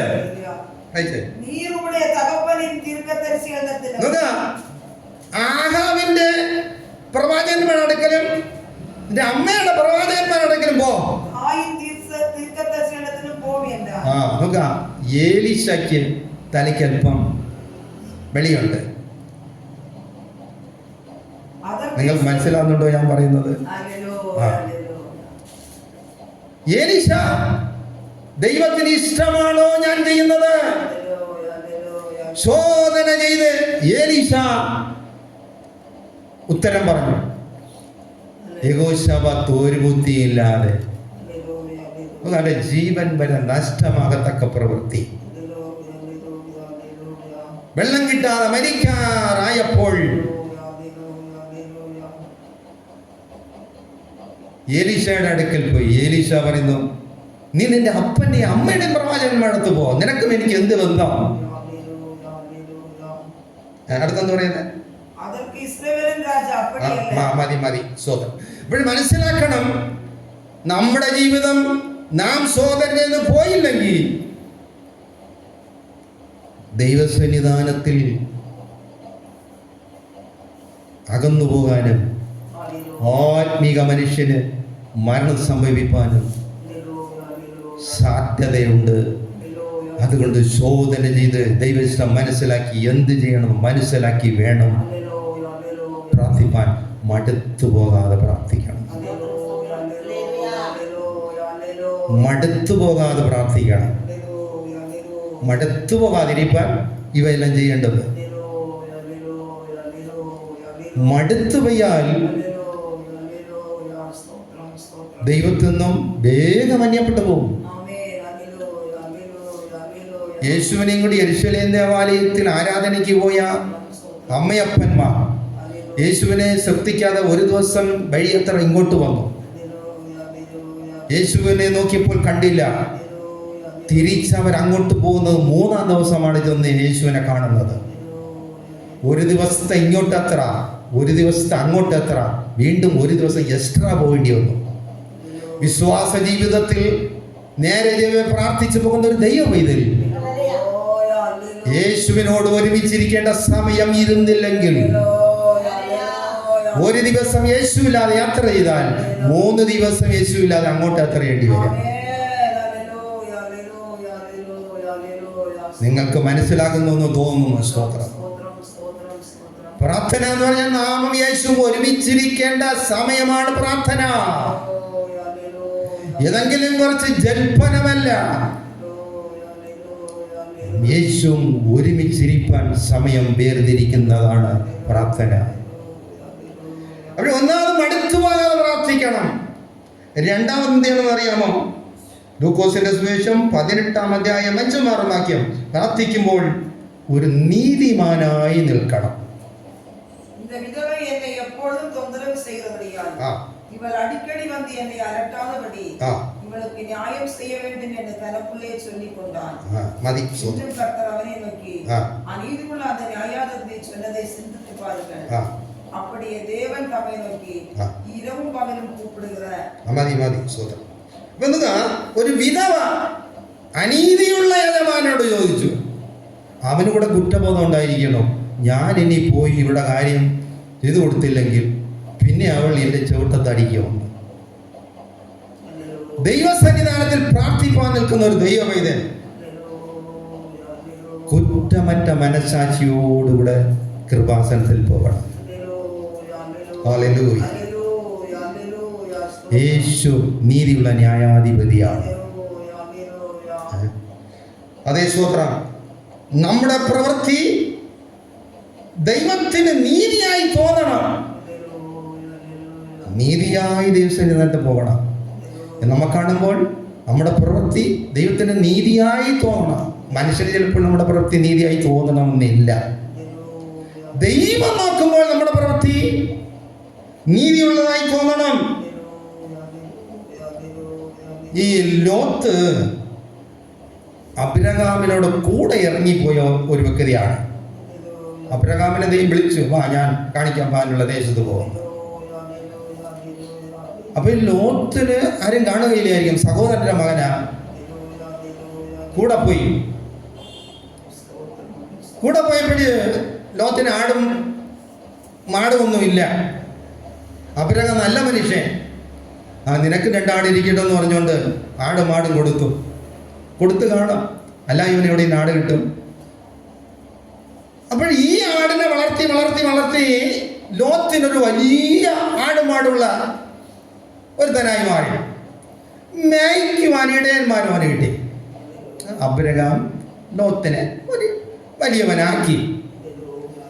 കുറച്ച് വളർന്നു വന്നപ്പോൾ ഈ ലോത്തിന്റെ ഇടയന്മാർക്കും അബ്രഹാമിന്റെ ഇടയന്മാർക്കും പിണക്കമുണ്ടായി. ശണ്ട ഉണ്ടായപ്പോൾ അബ്രഹാം പറയുന്നു, ലോത്തെ, നമ്മുടെ സഹോദരങ്ങളല്ലേ, എന്തിനു പിണങ്ങുന്നേ? നീ വലത്തോട്ട് പോകണമെങ്കിൽ ഞാൻ ഇടത്തോട്ട് പോയിക്കൊള്ളാം, നീ ഇടത്തോട്ട് പോകണമെങ്കിൽ ഞാൻ വലത്തോട്ട് പോയിക്കൊള്ളാം. ഇത് പറയേണ്ടത് ആര്? ലോത്താണ് ഇത് പറയേണ്ടത്. അബ്രഹാം യജമാനനാണ്, ലോത്ത് കൂടുന്ന ദാസനാണ്. ഇത് കേട്ടപ്പോഴേ നിങ്ങോ ഉൽപ്പത്തി ദിവസം 13-ാം അധ്യായം അതിന്റെ 8-ാം വാക്യം മുതൽ ഒന്ന് വായിക്കാമേ. അബ്രഹാം ലോത്തെ നോക്കി, எனக்கும் உனக்கும் என் மேய்ப்பருக்கும் உன் மேய்ப்பருக்கும் வாக்குவாதம் வேண்டாம், நாம் சகோதரர், இந்த தேசமெல்லாம் உனக்கு முன் இருக்கிறதல்லவா, நீ என்னை விட்டு பிரிந்து போகலாம். ഞാൻ ഇനി പറയാം. നീ പിരിഞ്ഞോ? അപ്പോഴൊന്നും ലോത്ത് തിരഞ്ഞെടുക്കുന്നു ഏതേൻ തോട്ടം പോലെയുള്ള നീരൊഴുക്കും മേച്ചൽപ്പുറങ്ങളും ലോത്ത് തിരഞ്ഞെടുക്കുന്നു. അതുകൊണ്ട് നിർത്തിയില്ല. 10-ാം വാക്യം വായിക്കുമ്പോൾ ഏതേൻ തോട്ടം പോലുള്ള സ്ഥലം തിരഞ്ഞെടുക്കുന്നു. 12-ാം വാക്യം വായിക്കുമ്പോൾ പട്ടണങ്ങളെല്ലാം ലോത്ത് തിരഞ്ഞെടുക്കുന്നു. അപ്പോൾ ഏതേൻ തോട്ടം പോലെയുള്ള ഫലപുഷ്ടമായ ദേശം പോയി, പുൽപ്പുറം പോയി, പട്ടണങ്ങളും പോയി. അപ്പോഴേ അബ്രഹാം എവിടെ പാർക്കുന്നത്? കാനാൻ ദേശത്തിൻ്റെ അകത്ത്. റോഡുമില്ല, വഴിയുമില്ല, വെള്ളവുമില്ല, മരുഭൂമി പോലുള്ള സ്ഥലം. വായിച്ച വന്നു. യോർദാൻ നദിക്ക് അരുകാന സമഭൂമി മുഴുവതും നീർവളം പൊരുന്തുന്നതായി ഇരുക്ക കണ്ട് കർത്തർ സോദോമയും ഗൊമോരയും അടിക്കും മുന്നേ സോവോർക്ക് പോകും വഴി മറ്റും അത് കർത്തരുடைய തോട്ടത്തെ പോലവും ഏതേൻ തോട്ടം പോലെ ഇരുന്നു, എഴുത്ത് ദേശത്തെ പോലവും ഇരുന്നത്. അടുത്ത് அப்பொழுது லோத்து யோர்தானுக்கு அருகான சமபூமி முழுவதையும் தெரிந்து கொண்டு கிழக்கே பிரயாணப்பட்டு போனான். இப்படி அவர்கள் ஒருவரை ஒருவர் விட்டு பிரிந்தார்கள். അബ്രഹാം കാനാൻ ദേശത്തിൽ കുടിയിരുന്നാൻ. അബ്രഹാം കാനാൻ ദേശത്തിൽ, കാട്ടുകുരിശയിലെ സമഭൂമി ഇല്ലാത്തടത്ത് കാനാൻ ദേശത്ത് കുടിയിരുന്നു. ലോത്ത് அந்த யோர்தானுக்கு அருகான സമഭൂമിയിലുള്ള പട്ടണങ്ങളിൽ വാസം പട്ടണങ്ങളിൽ പാർത്തു ലോത്ത്. നോക്കുക, സമഭൂമി തിരഞ്ഞെടുത്തു, നീരൊഴുക്കുള്ളടവും പട്ടണവും തിരഞ്ഞെടുത്തു. അബ്രഹാമിന് കിട്ടിയതോ സമഭൂമിയല്ല, പട്ടണവുമല്ല. നമ്മുടെ വസ്തുക്കളെല്ലാം ഭാഗം വയ്ക്കുമ്പോൾ നമുക്കറിയാമല്ലോ, ഇളയത് മൂത്തത് 4-5 പേര് ഉള്ള വീട്ടിലുള്ളവർക്ക് അറിയാം. വസ്തു ഭാഗം വയ്ക്കുമ്പോൾ ഉള്ള വടംവലികൾ, ഒരു റോഡില്ലാത്ത സ്ഥലം, ഒരു വഴിയില്ലാത്ത സ്ഥലം നമ്മളാരെങ്കിലും സമ്മതിക്കുമോ? നടക്കില്ല സംഭവം. അബ്രഹാം പറഞ്ഞു, ഞാൻ ഇടത്തോട്ട് വയ്ക്കോളാം, നീ വലത്തോട്ട് പോണി, ഞാൻ ഇടത്തോട്ട്, നീ ഇടത്തോട്ട് പോണി, ഞാൻ വലത്തോട്ട് പോകും. അബ്രഹാം ഒന്നിനും കൊള്ളാത്ത ഭൂമി എടുത്തു ഇരിക്കട്ടെ. ദൈവം നോക്കുമ്പോൾ എന്തോ പറയും, അബ്രഹാം ചെയ്തത് നീതിയാണോ? ലോത്ത് ചെയ്തത് നീതിയാണോ ദൈവത്തിന് മുമ്പാകെ? പ്രിയപ്പെട്ടവരെ, ദൈവം ആഗ്രഹിക്കുന്നത് ഒരു നീതിമാനായി നിൽക്കണമെന്ന് ഞാനും നിങ്ങളും. അതെ, വചനം കേൾക്കുന്ന പ്രിയപ്പെട്ടവരെ, നമ്മുടെ നീതിമാനായി നിൽക്കണമെന്ന് ദൈവം ആഗ്രഹിക്കുന്നു. ഹല്ലേലൂയ. ദൈവം നമ്മുടെ പ്രാർത്ഥന കേൾക്കാൻ നാം നീതിമാന്മാരായി നിൽക്കണം. മടുത്തു പോകാതെ പ്രാർത്ഥിക്കണം, നീതിമാനായി നിൽക്കണം. ഇനിയൊന്ന്, അബ്രഹാമിനോട് ദൈവം പറഞ്ഞു, അബ്രഹാമേ, സ്വന്തം ദേശത്തെ ചാർച്ചക്കാരെ എല്ലാവരും വിട്ട് ഞാൻ കാണിപ്പാനിരിക്കുന്ന ദേശത്ത് പോകുന്നു പറഞ്ഞു. ഉൽപ്പത്തി 12-ാം അധ്യായമാണ് ഇത്. ഞാൻ പറഞ്ഞു പോകാം. സ്വത്രം. അബ്രഹാം എന്ത് ചെയ്തു? ശരി, ദൈവത്തോട് വേറെ ഒന്നും പറഞ്ഞില്ല, വിട്ട് യാത്ര പുറപ്പെട്ടു. അതേസമയം ഉൽപ്പത്തി പുസ്തകം 19-ാം അധ്യായം 17-ാം വാക്യം തൊട്ടൊന്ന് വായിച്ച്, ലോത്തിനോട് ദൈവം പറഞ്ഞു, ലോത്തേ, ഇവിടെ നിന്ന് ഓടി രക്ഷപ്പെട്ടോ, ജീവൻ വേണമെങ്കിൽ ഓടിപ്പോ, പുറകോട്ട് നോക്കരുത്, ഈ സമഭൂമിയിൽ ഒന്നും നിൽക്കരുത്, നീ നശിച്ചു പോകാതിരിക്കാൻ മലയിൽ പോകാൻ. നമുക്ക് അവിടെ സമഭൂമി എടുത്തില്ലേ? ഇപ്പൊ ദൈവം പറയുന്നത് നീ മലയിൽ പോകാന്ന്. അടുത്ത് ലോത്ത് അബ്രഹാം പറഞ്ഞപ്പോ അതുപോലെ തിരിച്ചു. ഇവനോട് പറഞ്ഞപ്പം അങ്ങനെയല്ല കർത്താവേ. ദൈവത്തെ പഠിപ്പിക്കുന്ന ചില ഭക്തന്മാരുണ്ട്. പ്രിയപ്പെട്ടവര്, ദൈവവചനം ദൈവം പറയുന്നത് അതുപോലെ അനുസരിക്കുന്ന അബ്രഹാംമാരാണ് ദൈവത്തിന് വേണ്ടത്. ലോത്ത് അങ്ങനെയല്ല കർത്താവേ. അടുത്തെന്താ പറയുന്നത്?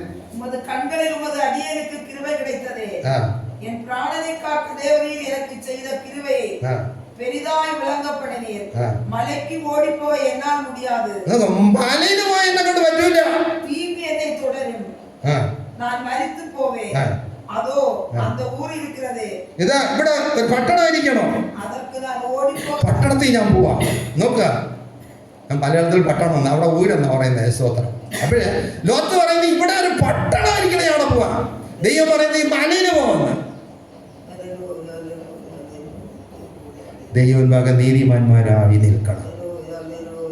ദൈവാനുഗ്രഹം നമ്മുടെ മേലെ വരാൻ, ഇതിന്റെ കൃപ നമുക്ക് ലഭിപ്പാൻ, ഇതിന്റെ കരുണ നമുക്ക് ലഭിപ്പാൻ ദൈവം ഭാഗെ താഴുന്നവര് ദൈവം ഉയർത്തണം. ദൈവത്തിന്റെ ഉയർവ് താഴ്മയുള്ളവർക്കാണ്. നിഗളികളോട് ദൈവം എതിർത്ത് നിൽക്കുന്നു എന്ന്. ദൈവത്തോടുള്ള അനുസരണവും ദൈവത്തോടുള്ള ഭയവും ഒരു മനുഷ്യനെ ഉയർത്തുന്നത് ദൈവത്തോട് അനുസരണമുള്ളവനായി. അതുപോലെ ഉൽപ്പത്തി പുസ്തകം 18-ാം അധ്യായം 23-ാം വാക്യം. அப்பொழுது ஆபிரகாம் சமீபமாய் சேர்ந்து துன்மார்க்கரோடு நீதிமானை அடிப்பீரோ. നോക്ക്, ഇന്നും അബ്രഹാം ദൈവത്തോട് ചോദിക്കുന്ന ഒരു ചോദ്യം, ദൈവമേ ദുഷ്ടന്മാരോട് കൂടെ നീ നീതിമാനെ നശിപ്പിക്കുമോ? പട്ടണത്തിനുള്ളിൽ ഒരുവേളை 50 നീതിമാൻകൾ ഇരുപ്പാர்கள். മതി. അതിന്റെ 23, 25 വായിക്കാം. துன்மார்க்கரோடு நீதிமானை சந்தரிப்பது உமக்கு தூரமாய் இருப்பதாக, நீதிமானையும் துன்மார்க்கரையும் சமமாய் நடப்பிப்பது உமக்கு தூரமாய் இருப்பதாக, സർവലോക ന്യായാധിപതി 25 നീതി ചെയ്യാതിരിപ്പാരോ എന്നാണ്. മലയാളത്തിൽ ദുഷ്ടനോടുകൂടെ നീതിമാനെ നീ ഒരു നാളും കൊല്ലുകയില്ല.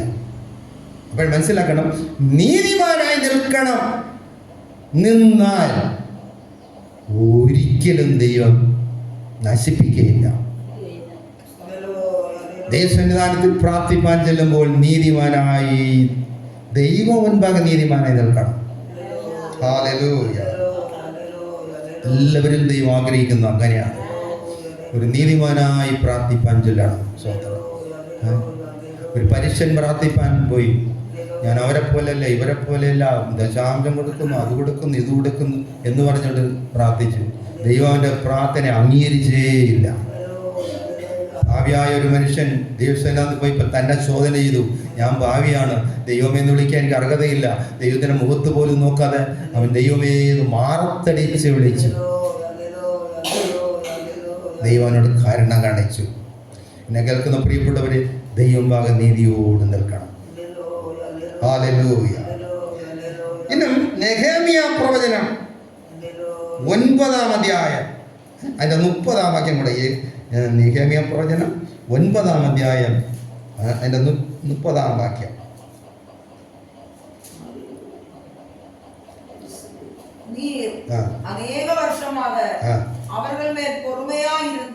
ദൈവം ഇസ്രായേൽ ജനത്തോട് വളരെ നാൾ ദീർഘക്ഷമയോടിരുന്നു,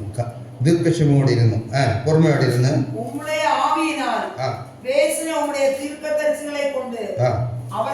ദൈവത്തിന്റെ ശുശ്രൂഷകന്മാരെ പ്രവാചകന്മാരെ കൊണ്ട് അവരോട് ഉപദേശിച്ചു. നന്നായി ഉപദേശിച്ചു അവരോട്.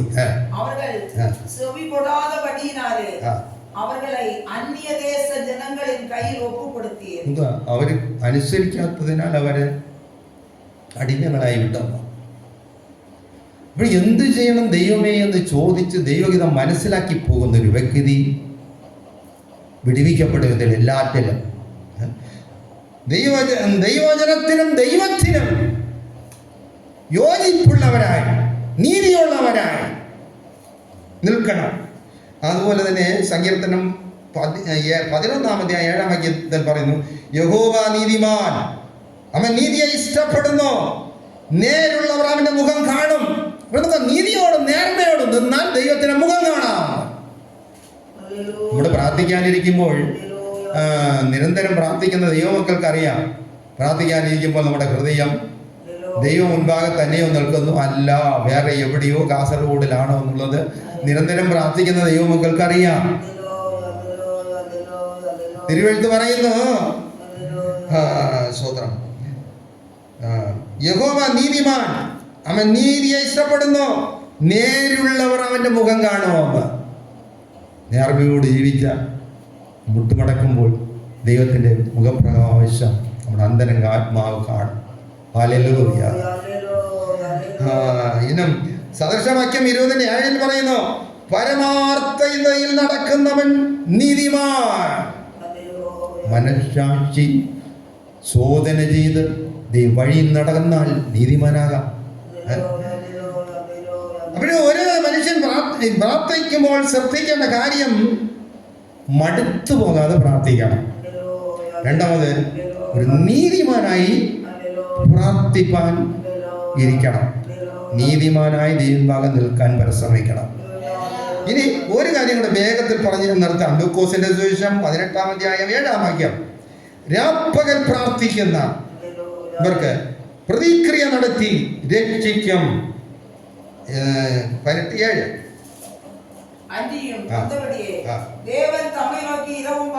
ദൈവം തന്നെ നോക്കി രാത്രി രാപ്പകൽ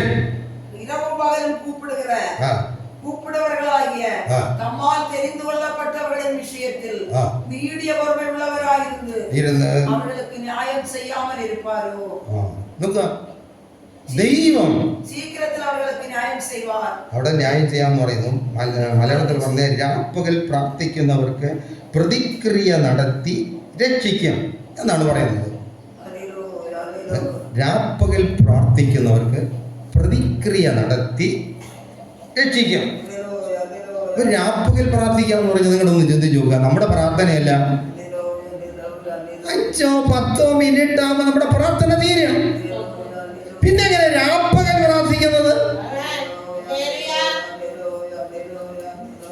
പ്രാർത്ഥന എന്ന് പറഞ്ഞാൽ നമ്മുടെ ഈ വാ കൊണ്ട് പറയുന്നതല്ല പ്രാർത്ഥന, അത് ജൽപ്പന. പ്രാർത്ഥന എന്ന് പറഞ്ഞാൽ ഹന്ന പ്രാർത്ഥിച്ചു.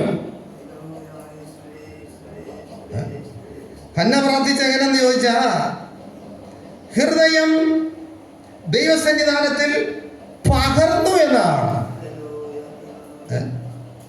അപ്പോൾ പ്രാർത്ഥന എന്ന് പറഞ്ഞ ദൈവസന്നിധാനത്തിൽ നമ്മുടെ ഹൃദയം, നമ്മുടെ അപേക്ഷ അങ്ങോട്ട് പറയണം. വേണ്ടും പോലെ പ്രാർത്ഥിക്കണം. എന്തെന്നറിയുന്നില്ല, ആത്മാവ് ഞരക്കത്തോടുകൂടെ ആവശ്യങ്ങൾ ദൈവത്തോട് പക്ഷപാതം ചെയ്യുന്നത്. പ്രാർത്ഥന പറഞ്ഞ് നാമും യേശുവും ഒരുമിച്ചിരിക്കുന്ന സമയമാണ് പ്രാർത്ഥന.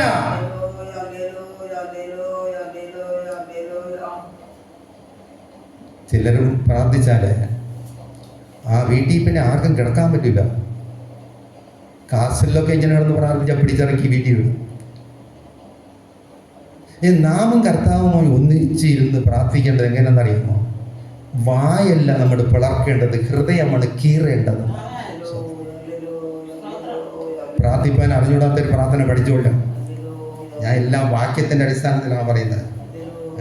1 ശമൂവേൽ 1-ാം അധ്യായം 13-ാം വാക്യം. ഹന്ന പ്രാർത്ഥിച്ചു.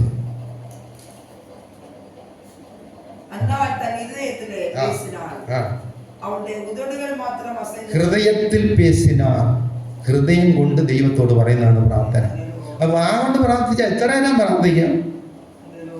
ഞാൻ ഇതുപോലെ നേരം മൈക്കിൽ വെച്ചിട്ട് പാട്ട് പാടിയതേ ഉള്ളൂ. ഇവിടെ വന്നപ്പോൾ എനിക്ക് ശബ്ദം നമ്മുടെ ശബ്ദവും കഴിവും ആരോഗ്യം അത്രയേ ഉള്ളൂ. പക്ഷെ എത്ര മണിക്കൂർ വേണം ഞാനും കർത്താവ് ഒരുമിച്ച് അങ്ങിരുന്നോളാം. കണ്ണുനീര് മാത്രം ഒഴുകിക്കൊണ്ടിരിക്കുന്നേ ഉള്ളൂ. സ്വന്തം ഞാൻ അവിടെ നിന്ന് മാറി ഇവിടെ വന്ന അവസരം ഒരു 10-15 ദിവസം വീട്ടിൽ ഇരുന്ന് പ്രാർത്ഥിച്ചുകൊണ്ടിരുന്നു.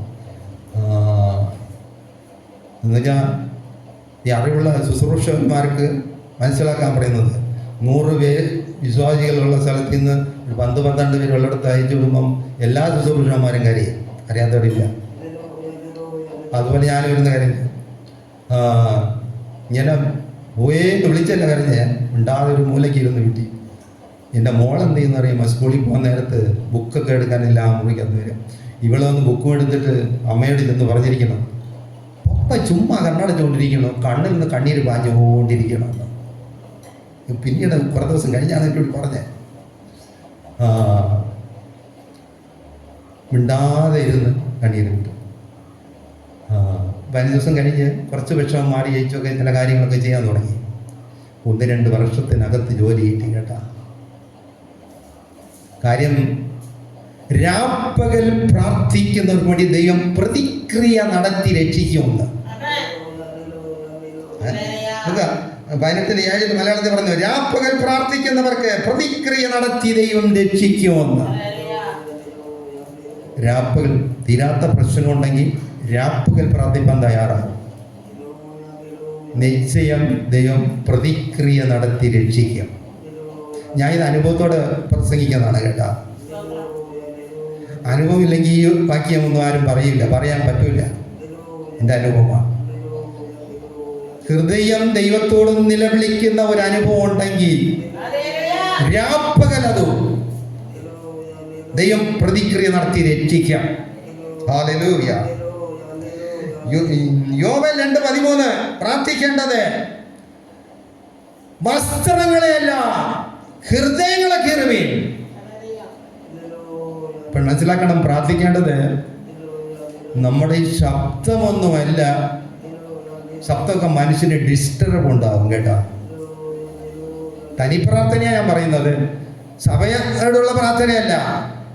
തനിപ്രാർത്ഥനയായത് രഹസ്യ പ്രാർത്ഥന. ദൈവസന്നിധാനത്തിൽ ഒറ്റയ്ക്കിരുന്നുകൊണ്ട് ഹൃദയങ്ങള് ചില വിഷമത്തിന്റെ നടുവിൽ, പ്രതിസന്ധിയുടെ നടുവിൽ, ചില ശത്രുതയുടെ നടുവിൽ, ചില മാന്ത്രിക പോരിന്റെ നടുവിൽ, ചില മനുഷ്യർ എതിരായി വരുമ്പോൾ ഹൃദയം കീറിപ്പിളർക്കുന്ന അനുഭവം ഉണ്ടാകുകയില്ലേ? അനുഭവത്തോട് കർത്താവിനെ നോക്കണം, നേരെ ചെന്ന്. വായിച്ച് യോവേൽ 2:13. വസ്ത്രങ്ങളെയല്ല ഹൃദയത്തെ കീറി ദൈവമുഖത്ത് നോക്കണം. ഹൃദയങ്ങളെ കീറി എന്ന് പറഞ്ഞാൽ ഹൃദയം തകരത്തക്ക നില ഹൃദയം കൊണ്ട് ദൈവസന്നിധാനിച്ച് അപേക്ഷിക്കണം. ഹന്ന അങ്ങനെയാണ് പ്രാർത്ഥിച്ചത്. ഹന്നയ്ക്ക് ഉത്തരം കിട്ടി. ആരാരെല്ലാം ഇതുപോലെ പ്രാർത്ഥിക്കുന്നു അവർക്കെല്ലാം ദൈവം പ്രതിക്രിയ നടത്തി രക്ഷിക്കും. ഇമ്മീഡിയറ്റിനായി പെട്ടെന്ന് ദൈവം എഴുന്നേറ്റ് ചെയ്യുന്ന കാര്യമാണത്. മനുഷ്യനാൽ അസാധ്യമായ കാര്യം ദൈവം പെട്ടെന്ന് എഴുന്നേറ്റ് ചെയ്യണമോ? രാപ്പകൽ നെടുവീർപ്പ് നിലവിളിക്കുന്ന ഭക്തന്മാർക്ക് പ്രതിക്രിയ നടത്തി രക്ഷിക്കുന്ന ദൈവം. ഹല്ലേലൂയ. പ്രതിക്രിയയ്ക്ക് 1-2 ഉദാഹരണമേ ഉള്ളൂ. ഭാര്യയുടെ അമ്മ കാലിലൊരു മടപ്പണ ചിന്ത കൊണ്ട് പഴുത്ത് യേശുവിനെ ആശുപത്രി നോന്നു. അവിടെയാണ് അവർ ടെസ്റ്റ് ചെയ്തൊക്കെ ട്രീറ്റ്മെൻറ്റ് ചെയ്ത് നോക്കിയപ്പോൾ ആ വ്രണം സുഖമാകുന്നത് പറ്റില്ല. അവരൊരു ദിവസം പറഞ്ഞു, നിങ്ങളുടെ കാല് മുറിക്കേണ്ടി വരും എന്ന് പറഞ്ഞു. ഇവരെന്ത് ചെയ്തെന്നറിയാമോ? രാത്രി ദൈവസന്നിധാനത്തിൽ ഇരുന്ന് കരഞ്ഞു. ഹൃദയം നുറുങ്ങി കരഞ്ഞു. ആ ദിവസം അവർ കുറിച്ചു, ഇന്ന ദിവസം കാല് മുറിക്കണം. ഇവരിന്ന് കരഞ്ഞ് ആരും അറിഞ്ഞു കാണില്ല. ഉറച്ച് ഭാഗം വിളിക്കണവരെങ്കിൽ ഉറച്ച് കിടന്ന് നില വിളിക്കും. അവർ ഡോക്ടർമാർ അതിനനുസരിച്ച് വന്ന് ഒരു ഇഞ്ചക്ഷൻ ഇടും, അല്ലെങ്കിൽ ഗുളിക കൊടുക്കും. അവിടെ നിന്ന് ഉറങ്ങും, പോകാതെ പിറ്റാം തീയതി ഡോക്ടർമാർ വന്ന് ഈ കാലം മുറിച്ച് ദൂരെ വന്നിട്ട് 3 പോകാൻ പറയും. ഇവരങ്ങനെ വിളിച്ചില്ല കേട്ടാ. ഹൃദയം കയറി ദൈവത്തോട് പ്രാർത്ഥിച്ചു. ദൈവമേ ദൈവം കരഞ്ഞു. പിറ്റാ ദിവസം കാല് മുറിക്കേണ്ട സമയം ഡോക്ടർ വന്ന് പറയുന്നത് എന്താണെന്ന് അറിയുമോ? വ്യത്യാസമുണ്ടല്ലോ, നിങ്ങൾ കരഞ്ഞു കാല് വാങ്ങിയല്ലേ? ഇങ്ങനെ പറഞ്ഞിട്ട് അന്ന് കാല് മുറിച്ചില്ല. അടുത്ത 2 ദിവസം നോക്കിയിട്ട് സുഖമായി പിടിയിട്ടു.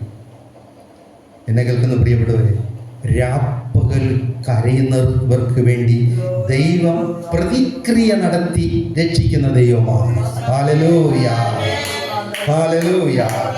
ആര് പ്രാർത്ഥിച്ചാലും രാപ്പകൽ പ്രാർത്ഥിക്കുന്നവർക്ക് വേണ്ടി ദൈവം പ്രതിക്രിയ നടത്തി രക്ഷിക്കുന്ന ദൈവം. ഹല്ലേലൂയ. സ്തോത്രം. യോഹന്നാൻ സുവിശേഷം 11:30 കൂടെ വായിക്കാം. ലാസർ മരിച്ച് അടക്കി,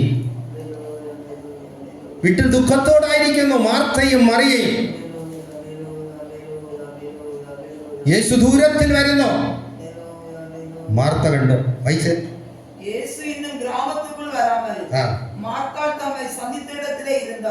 മാർത്ത കണ്ട് യേശുവിനെ എതിരേൽക്കാൻ വരുന്നു. വീട്ടിൽ നിന്ന് ഇറങ്ങി ഗ്രാമത്തിൽ കുറച്ചങ്ങോട്ട്. അവിടെ യേശുവിനെ കണ്ടപ്പോൾ യേശു അവിടെ നിന്നു. മാർത്ത അവിടെ നിന്ന് സംസാരിച്ചു. ഗുരു ഇവിടെ ഉണ്ടായിരുന്നെങ്കിൽ എൻ്റെ സഹോദരൻ മരിക്കുകയില്ലായിരുന്നു ഇങ്ങനെ എല്ലാ കാര്യവും സംസാരിച്ചു. 20-ാം വാക്യം 11-20 20 വായിച്ചേ. 20 വായിര്. വേറെ ആരുമില്ലേ വായിക്കാൻ? ഇപ്പോ மார்த்தாள் கேள்விப்பட்டபோது அவருக்கு எதிர்கொண்டு போனால் மரியாளோ വീട്ടിൽ ഉட்கார்ന്നിരുന്നാൾ. മറിയ വീട്ടിലിരുന്നെന്ന് യേശു വരുന്നെന്ന് കേട്ടപ്പോൾ വരുന്ന് കേട്ടിട്ട് അപ്പോൾ ആരോ പറഞ്ഞു അതാ യേശു വരുന്നെന്ന്. യേശു വരുന്നു എന്ന് കേട്ടിട്ട് അവൾ മറിയയും കേട്ടിരിക്കും. ആരോ പറഞ്ഞു അതാ യേശു വരുന്നെന്ന്. മരണ വീട്ടിൽ ഒരുപാട് ദുഃഖിതരെ ഒരുപാട് വീട്ടിൽ ഇരിപ്പാണ്. ഇവരെ ആശ്വസിപ്പിച്ചുകൊണ്ട് മാർത്തയും മറിയയും, ഇനി ആണുങ്ങളില്ല വീട്ടില്, ഇവരെങ്ങനെ പോറ്റി പുലർത്താം, വേറെ ആരും ഇവർക്കില്ല. ആശ്വാസം പറഞ്ഞുകൊണ്ടിരിക്കുന്നു. ഇതിൽ ആരോ കണ്ട് യേശു അതാ വരുന്നെന്ന് പറഞ്ഞു. മാർത്ത ഓടിപ്പോയി. ചിലർക്ക് ഉള്ള ഒരു ധൈര്യം ദൈവം കൊടുക്കുന്ന ഒരു ധൈര്യമായിരിക്കും അത്. മറിയ എന്ത് ചെയ്യുന്നറിയാൻ വേണ്ട വീട്ടിൽ വായിച്ച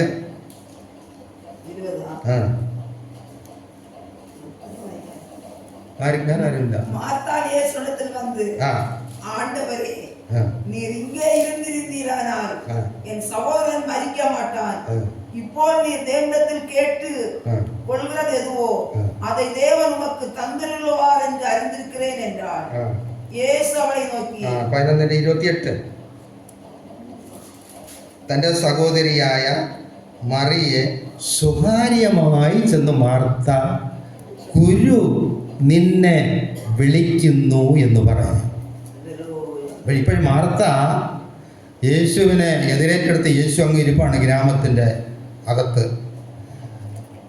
മാർത്ത ഓടി മറിയോട് പറയുന്നു, നിന്നെ വിളിക്കുന്നു. അല്ല മാർത്തയല്ലേ?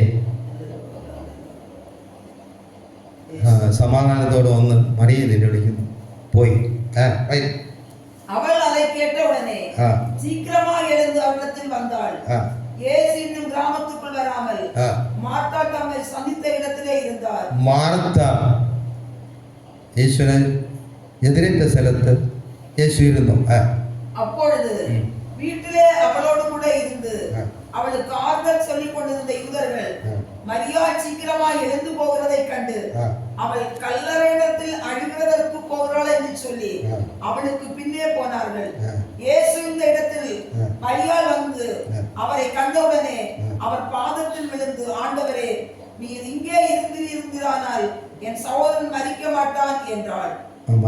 അവൾ അഴുகிறதை നമ്മുടെ മലയാളം ആയതുകൊണ്ട് ഈ തമിഴുകാരില്ല ഇങ്ങനെയാണ് പിടിക്കുക. മൂക്കില് നമുക്ക് നേരെ ഇങ്ങനെ പിടിക്കാം. ഒരുപാട് ചുറ്റി വരുമ്പോൾ ഉദ്ദേശിക്കുന്ന പോയിന്റ് കിട്ടണില്ല. സ്വത്താണ് ഞാൻ പറയാം. മറിയ യേശുവിൻ്റെ അടുക്ക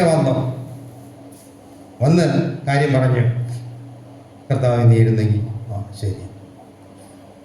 എവിടെയാണ് അടക്കിയത് വച്ചിരിക്കുന്നത്? പോയി. യേശു അവിടെ അപേക്ഷ കേട്ട് പ്രതിക്രിയ നടത്തി ലാസറിനെ ഉയർപ്പിച്ചു. ഹല്ലേലൂയ. രാപ്പകൽ ദൈവത്തോട് നിലവിളിക്കുന്നവരുടെ പ്രാർത്ഥന കേട്ട് പ്രതിക്രിയ നടത്തി രക്ഷിക്കുന്ന ദൈവം. വായിക്കുന്നതിൽ അല്പം ബുദ്ധിമുട്ടുള്ളത് കൊണ്ടാണ് മനസ്സിലാകാത്തത്. ശ്രദ്ധയോടിരുന്ന് അതെ കേൾക്കുക. സ്തോത്രം. ദൈവസന്നിധാനത്തിൽ നേർമയോട് ജീവിച്ച് ദൈവമേ എന്ന് ജീവിക്കുന്ന ഒരു വ്യക്തിക്ക് വേണ്ടി ദൈവം പ്രതിക്രിയ നടത്താം. ഒരു വാക്യം കൂടെ വായിച്ച് നിർത്താം. സങ്കീർത്തനം 58:10 വാക്യം. സ്വതന്ത്രം. നീതിമാൻ പ്രതിക്രിയ കണ്ട് സന്തോഷിക്കും. നീതിമാനായി ജീവിച്ചാലുണ്ടല്ലോ ദൈവത്തിൻ്റെ ഇങ്ങനെയുള്ള പ്രതിക്രിയകൾ കണ്ട് നമുക്ക് സന്തോഷിക്കാൻ കഴിയും. ആനന്ദിക്കും. നീതിമാൻ പ്രതിക്രിയ കണ്ട് ആനന്ദിക്കും.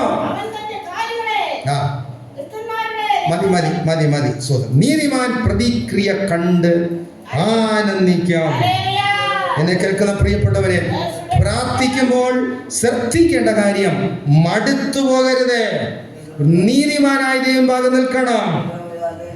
രാപ്പകൽ പ്രാർത്ഥിപ്പാനുള്ള ഒരുക്കം നമ്മുടെ അന്തരംഗാത്മാവിന് വേണം.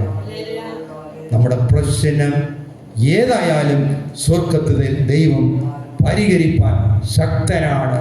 എല്ലാവരും കണ്ണുകളെ അടയ്ക്കണം. ഹല്ലേലൂയ. എല്ലാവരും ദൈവസന്നിധാനത്തിൽ ഹല്ലേലൂയ.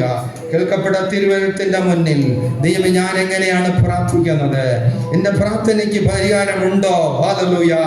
ഇങ്ങനെ ദൈവം എനിക്ക് പ്രതിക്രിയ നടത്തി എന്നെ രക്ഷിച്ചിട്ടുണ്ടോ? ഹല്ലേലൂയ. ഞാൻ നീതിമാനായി ദൈവം ഭാഗം അതെ പ്രാർത്ഥിക്കുന്ന അനുഭവം എനിക്കുണ്ടോ? ഹല്ലേലൂയ. നമ്മെ ശോധന ചെയ്യാം. നിശ്ചയമായി മടുത്തു പോകാതെ പ്രാർത്ഥിക്കുന്നു എങ്കിൽ, നീതിയോട് ദൈവസന്നിധാനത്തിൽ ചെല്ലുന്നു എങ്കിൽ, രാപ്പകൽ പ്രാർത്ഥിക്കുന്നു എങ്കിൽ, ഹല്ലേലൂയ, ദൈവം പ്രാർത്ഥന കേട്ട് പ്രതിക്രിയ നടത്തുന്ന ദൈവമാണ്. ദൈവം അങ്ങനെ പ്രതിക്രിയ ചെയ്തിരിക്കുന്നു. ഹല്ലേലൂയ. പകൽക്കാലം വിശ്വാസത്തോട് ശോധന ചെയ്തുകൊണ്ട് ദൈവസന്നിധാനത്തിൽ അടുത്തു ചെല്ലാം. ഹല്ലേലൂയ. സ്വർഗ്ഗത്തിലെ ദൈവമേ പാദത്തിൽ വരുന്നു, എന്നെ സഹായിക്കണമേ. സ്വർഗ്ഗത്തിലെ ദൈവമേ ഹല്ലേലൂയ. അതേ നമുക്കൊണ്ട് പരിഹരിപ്പാൻ കഴിയാത്ത പാപത്തിന്റെ മേലെ ജയമെടുക്കുവാൻ ദൈവസന്നിധാനത്തിൽ പ്രാർത്ഥിക്കുക. ദൈവം ശക്തി തരും. ഹല്ലേലൂയ. ഒരു വിശുദ്ധനായി നിൽപ്പാൻ കഴിയുന്നില്ല, ദൈവത്തോട് പ്രാർത്ഥിക്കുക. ദൈവം എന്റെ വിഷയം എനിക്കുണ്ട്, എന്നെ സഹായിക്കണമെന്ന് പ്രാർത്ഥിക്കുക. ദൈവം ശക്തനാണ്, ദൈവം സഹായിക്കണം.